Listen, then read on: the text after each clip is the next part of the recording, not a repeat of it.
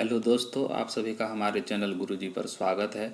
आप सभी को हमारा वीडियो अच्छा लगे तो हमारे चैनल को सपोर्ट करें, हमारे चैनल को सब्सक्राइब करें, वीडियो को लाइक शेयर करें तथा कमेंट में बताएं कि आप सबको कैसा लगा। हम लोग झारखंड सीजीएल से संबंधित एग्ज़ाम का तैयारी कर रहे हैं, जिसमें हम लोग सचिवालय एग्ज़ाम में जो मुख्य हिंदी पेपर 2 है उसमें देख रहे हैं। आज हम लोग का चैप्टर वाइज जो एमसीक्यू कर रहे हैं उसमें प्रयोजन मूलक हिंदी करेंगे। ठीक है, तो चलिए दोस्तों, बिना कुछ देरी किए आगे देखते हैं।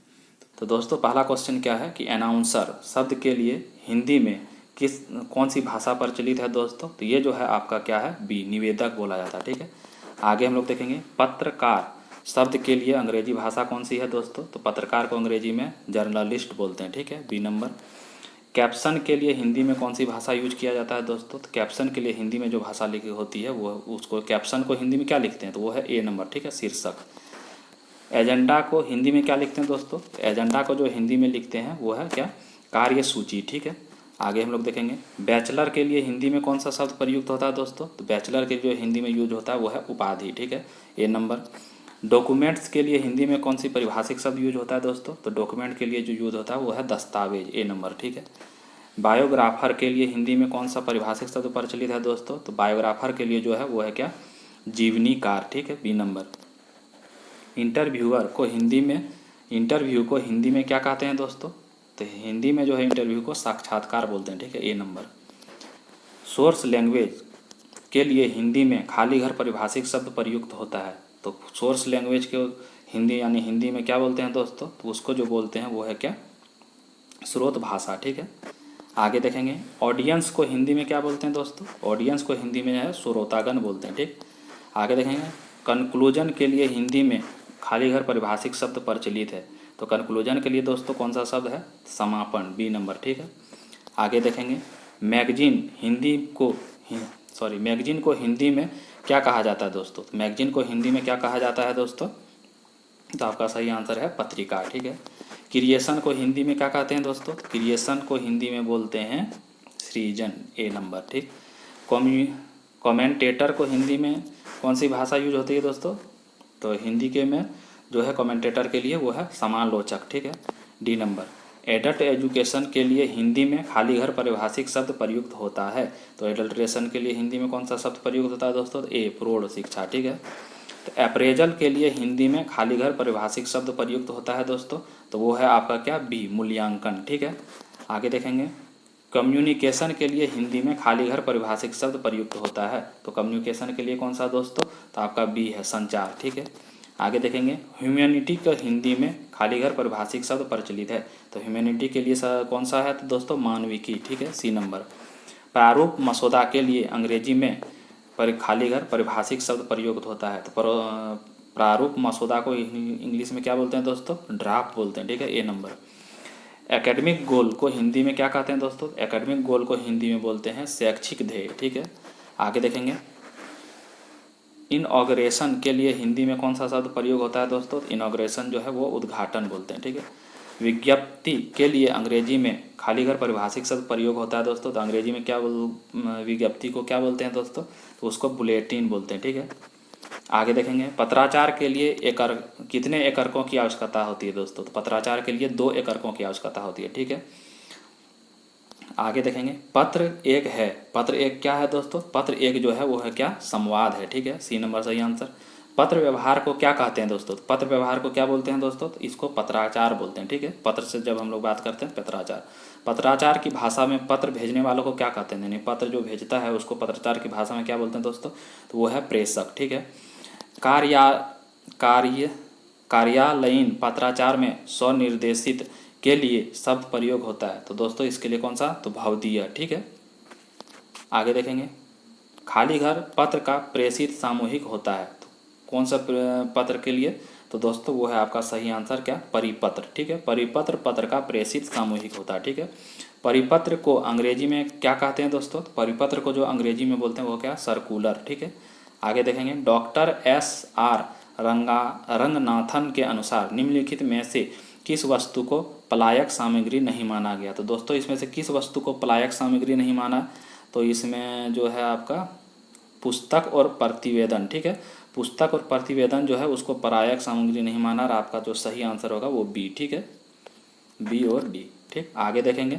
सूचना का अधिकार अधिनियम 2005 की धारा 2F के तहत सूचना का अर्थ किसी भी रूप में कोई भी सामग्री है, इस प्रकार इसमें शामिल है। तो दोस्तों इसमें कौन कौन सा शामिल है, तो आपका जो 4 ऑप्शन है उसमें से कौन सा देखते हैं। तो प्रतिवेदन, प्रलेख, मेल, मेमो, ईमेल और पन्ने ये शामिल है। राय, सलाह, प्रेस, विज्ञप्ति, परिपत्र और नमूने ये भी शामिल है। तो आदेश, लॉगबुक, अनुबंध, प्रतिवेद ये भी शामिल है। तो इसमें क्या है, पुस्तक अध्याय, तो दोस्तों ये शामिल नहीं है। ठीक है, तो आपका आंसर जो है ABC। ठीक है, देखते हैं चलिए कौन सा है, ABC डी नंबर। ठीक है, तो आपका जो सही आंसर हो डी है। ठीक, आगे हम लोग देखेंगे। निम्नलिखित में से किसे सूचना संचार का एक औपचारिक चैनल माना जाता है। तो दोस्तों इसमें आपका जो सही आंसर है वो क्या है, अदृश्य कॉलेज। ठीक, आगे हम लोग देखेंगे। शोध के प्रतिवेदन के अनुसार अपने समुदाय और उसकी ज़रूरतों को जाने रंगनाथन के किस नियम की पुनर्रचना है। तो दोस्तों इसमें जो है आपका क्या है, बी, द्वितीय सूत्र। ठीक है, ये जो है आपका बी नंबर सही आंसर। आगे देखेंगे। निम्नलिखित में से संचार के औपचारिक साधन कौन है। तो दोस्तों इसमें जो संचार के औपचारिक साधन कौन है, तो इसमें आपका 4 ऑप्शन है, तो इसमें एक एक करके देखना पड़ेगा कौन है। तो आपका जो है आंसर हमको लगता है ये होगा दोनों। ठीक, बी और डी, सम्मेलन। ठीक है, ये वाला सी नंबर। ठीक, आगे हम लोग देखेंगे। प्रतिवेदन और सम्मेलन। परिष्कृत प्रतिवेदन सामान्यतः खाली घर की ओर ध्यान केंद्रित करता है। तो दोस्तों ये किधर ध्यान केंद्रित करता है, आपका तकनीकी पक्ष की ओर। ठीक है, बी नंबर। आगे देखेंगे। निम्न में से कौन सा गुण पल्लवन के लिए अनिवार्य है। तो पल्लवन के लिए दोस्तों कौन सा गुण आपका अनिवार्य है, तो वो है आपका ए, मौलिकता और सरलता। ठीक है, मौलिकता और सरलता। भारत में मलेरिया उन्मूलन 1990 से 1999 एक प्रतिवेदन को खाली घर के तहत वर्गीकृत किया जाता है। तो उसको दोस्तों मलेरिया उन्मूलन के जो प्रतिवेदन है उसको किसके तहत वर्गीकृत किया जा सकता है, तो आपका जो है आंसर क्या है, प्रवृत्ति प्रतिवेदन के तहत। ठीक है, प्रवृत्ति प्रतिवेदन के तहत। OLC शोध के प्रतिवेदन के अनुसार अपने समुदाय और उसकी ज़रूरतों को जाने रंगनाथन के किस नियम पर पुनर्रचना है। दोस्तों ये जो है आपका क्या है, द्वितीय सूत्र के अनुसार। ठीक है, आगे हम लोग देख लेंगे।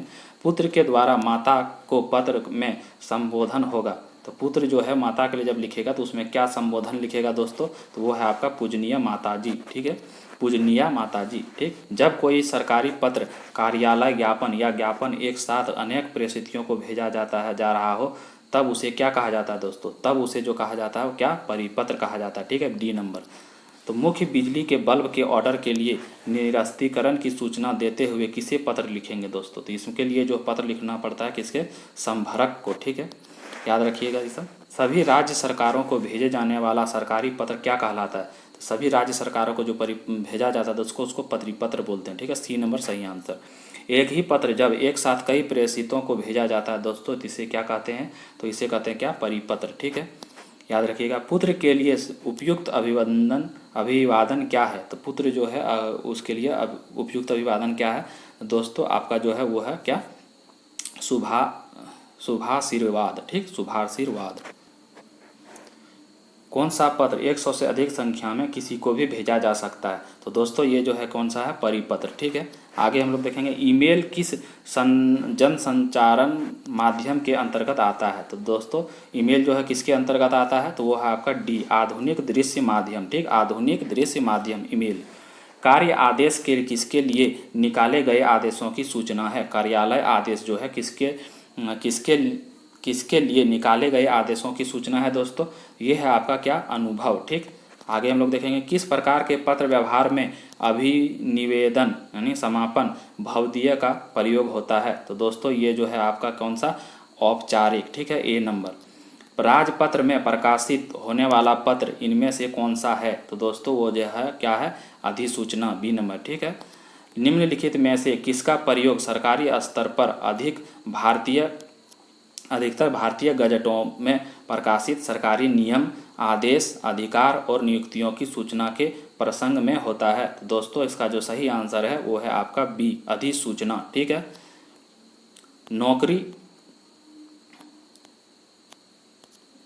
नौकरी चाहने के लिए लिखा जाएगा, तो नौकरी जो है चाहने वाले के लिए क्या लिखा जाएगा दोस्तों, तो वो है आवेदन पत्र। ठीक है, आगे देखेंगे अधिसूचना का प्रकाशन कहाँ होता है। तो अधिसूचना का प्रकाशन दोस्तों कहाँ होता है, गजट यानी राजपत्र में, ए नंबर, ठीक है। निम्नलिखित में से कौन सा सरकारी पत्र नहीं है, इसमें से कौन सा है दोस्तों जो सरकारी पत्र नहीं है, तो वो है आपका क्या, आवेदन, ठीक है। प्रयोजन मूलक हिंदी का उदाहरण नहीं है, इसमें से कौन सा प्रयोजन मूलक हिंदी का उदाहरण नहीं है दोस्तों, वो है वाणिज्यिक प्रयुक्ति, ठीक है, वाणिज्यिक प्रयुक्ति। आदरणीय महोदय संबोधन किस प्रकार के पत्र में प्रयुक्त होता है, तो दोस्तों इसका जो आपका सही आंसर है वो है क्या, कार्यालयीन पत्र, ठीक है, ए नंबर आपका सही आंसर। सरकारी प्रतिष्ठानों द्वारा सामान आपूर्ति या निर्माण आदि कार्यों हेतु इनमें से कौन सा समाचार पत्रों को प्रकाशित किया जाता है, दोस्तों आपका जो सही आंसर है वो है क्या, निविदा, ठीक है, क्या, निविदा। राजकीय शासकीय पत्र की विषय वस्तु के अंतर्गत क्या नहीं आता है, तो इसके लिए क्या नहीं आता है दोस्तों, वो है आपका क्या, बी, प्रार्थना, ठीक। निम्न में से कौन सा बिंदु पत्र लेखन की विशेषता नहीं है, तो निम्न में से कौन सा दोस्तों नहीं है आपका पत्र लेखन की, तो वो है आपका क्या, चरमोत्कर्ष, ठीक है। आगे देखेंगे परिपत्र किस श्रेणी में आता है, परिपत्र जो है किस श्रेणी में आता है दोस्तों, तो यो है आधिकारिक पत्र में, ठीक है, आधिकारिक पत्र के श्रेणी में परिपत्र आता है। किसी पहले भेजे गए पत्र का उत्तर नहीं आने पर उस विषय में याद दिलाने के लिए लिखा जाने वाला पत्र क्या कहलाता है दोस्तों, तो उसको क्या बोलते हैं, अनुस्मारक, ठीक है, सी नंबर। प्रारूप लेखन का अर्थ है, प्रारूप लेखन का अर्थ क्या है दोस्तों, तो है पत्र का कच्चा रूप तैयार करना, ठीक है, क्या आगे पत्र में लिखना है उसका प्रारूप तैयार करते हैं पहले, ठीक है। आगे देखेंगे उत्तम पुरुष शैली में लिखा जाने वाला पत्र है, उत्तम पुरुष के शैली में जो पत्र लिखा जाता है दोस्तों उसको क्या है, अर्धशासकीय पत्र बोलते हैं, डी नंबर सही आंसर, ठीक है। संक्षेपण में भाषा कैसी नहीं होनी चाहिए, तो संक्षेपण में कैसी नहीं होनी चाहिए दोस्तों, सी, कठिन, ठीक है। आगे देखेंगे किसी भी रचना का एक भाग होता है, किसी भी रचना का एक भाग क्या होता है दोस्तों, अनुच्छेद, ठीक है। आगे देखेंगे खाली घर में लेखक या कवि अपने विचार कल्पना से सूत्र वाक्य को पोषित करता है, ठीक है, तो इसमें दोस्तों आपका क्या आंसर होगा, वो है आपका डी, पल्लवन में, ठीक है। भाव पल्लवन में मूल वाक्य में आए विचार सूत्रों को कैसे समझाया जाता है, तो दोस्तों इसका जो आपका सही आंसर है वो क्या, विस्तार, ठीक है। आगे देखेंगे निम्न में से किसे लघु निबंध की संज्ञा भी दी जाती है, तो लघु निबंध की संज्ञा किसे दी जाती है दोस्तों, तो वो है आपका सही आंसर क्या, पल्लवन को, ठीक है, बी नंबर। निम्न में से कौन सी युक्ति पल्लवन किया जा सकता है, यानी इनमें से कौन सा है जिसको पल्लवन किया जा सकता है दोस्तों, तो वो है आपका क्या, बी, ठीक है, गागर में सागर, ठीक। आगे हम लोग देखेंगे भावार्थ और पल्लवन में क्या अंतर है, तो भावार्थ और पल्लवन में क्या अंतर है दोस्तों, तो आपका जो है इसका आंसर है क्या है, वो है ए नंबर, ठीक है, क्या, भावार्थ में भाव विस्तार की सीमा होती है, ठीक। आगे के देखेंगे दोस्तों कि पल्लवन के लिए निम्न में से किसका प्रयोग किया जाता है, तो पल्लवन के लिए दोस्तों इसमें निम्न में से किसका प्रयोग किया जाता है, तो उपर्युक्त सभी का, सूक्ति का, प्रसिद्ध वाक्य और लोकोक्ति का, ठीक है, इन सभी का प्रयोग करके किसका पल्लवन का लिखा जाता है, ठीक है। पल्लवन में वाक्य संरचना किस प्रकार की होनी चाहिए, तो पल्लवन में जो दोस्तों वाक्य की संरचना किस प्रकार होनी चाहिए, तो वो होती है क्या, छोटे वाक्य, ठीक है, छोटे छोटे वाक्यों में पल्लवन को लिखा जाता है, ठीक है। तो दोस्तों आज का वीडियो हम लोग यहीं समाप्त करते हैं, उम्मीद करते हैं आप सभी को हमारा वीडियो अच्छा लगा होगा, तो दोस्तों आप अपना सपोर्ट हम पे बनाए रखें, तो हमारे चैनल को सब्सक्राइब करें। आप सभी का धन्यवाद।